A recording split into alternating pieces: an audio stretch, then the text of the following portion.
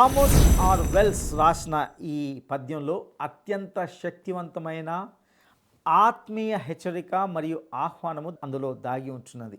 నేను అనుకున్నాను బైబిల్ అంతా తెలుసునని, కొంత ఇక్కడ అక్కడ ముక్కలేనని, మత్తయిలోనివి కొన్ని, యోహాను వచనాలు కొన్ని, ఆది కాండంలో పట్టు ఉందని, బహుశా యెషయివి కొన్ని, కీర్తన 23 అనర్గళమని, రోమా 12 సామెతల్లోని మరికొన్ని, ఆత్మీయంగా తాను పరిపక్వత చెందిన వ్యక్తినని అనుకున్నాడు. కానీ ఆయన చదవడం అనేది ఇష్టమైన చోట్ల నుండి మనసుకు వచ్చిన అధ్యాయాలు లేదా ప్రసిద్ధి వచనాల నుంచి మాత్రమే చదివేవాడు. ఈ రకమైన తొలకరి చదువు అతనికి పై పరిచయం మాత్రమే ఇచ్చింది, కానీ గాఢమైన అవగాహనను మాత్రం ఇవ్వలేదు.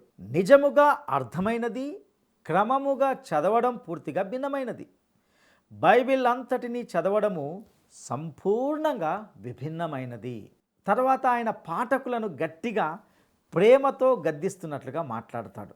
ఆయన పద్యాన్ని కొనసాగిస్తూ ఇలా అన్నాడు: ఇక్కడ కొంత అక్కడ కొంత చదువుతూ బైబిల్తో ఆటలాడుతావు నీవు, అలసత్వముతో మోకాళ్ళునుతూ ఆవలింతతోనే అర్ధ ప్రార్థనలను చేస్తూ, ఇదా దైవ గ్రంథముతో నీవు నడవాల్సిన బాట, తగదు పుస్తక కిరీటంతో ఈ ఆట అంటూ ఆ పద్యంలో తాను పేర్కొన్నాడు.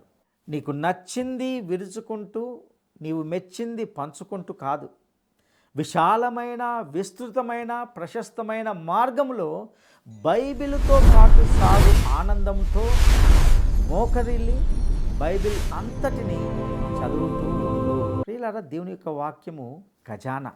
దాని సంపదను తెలుసుకోవాలంటే ఒక గని కార్మికుడు కష్టపడినట్లు కష్టపడాలి. పూర్తిగా చదవకుండా ఎంపిక చేసిన భాగాలకే పరిమితమైతే దేవుడు ఇచ్చే సత్యము మరుగునే ఉంటుంది.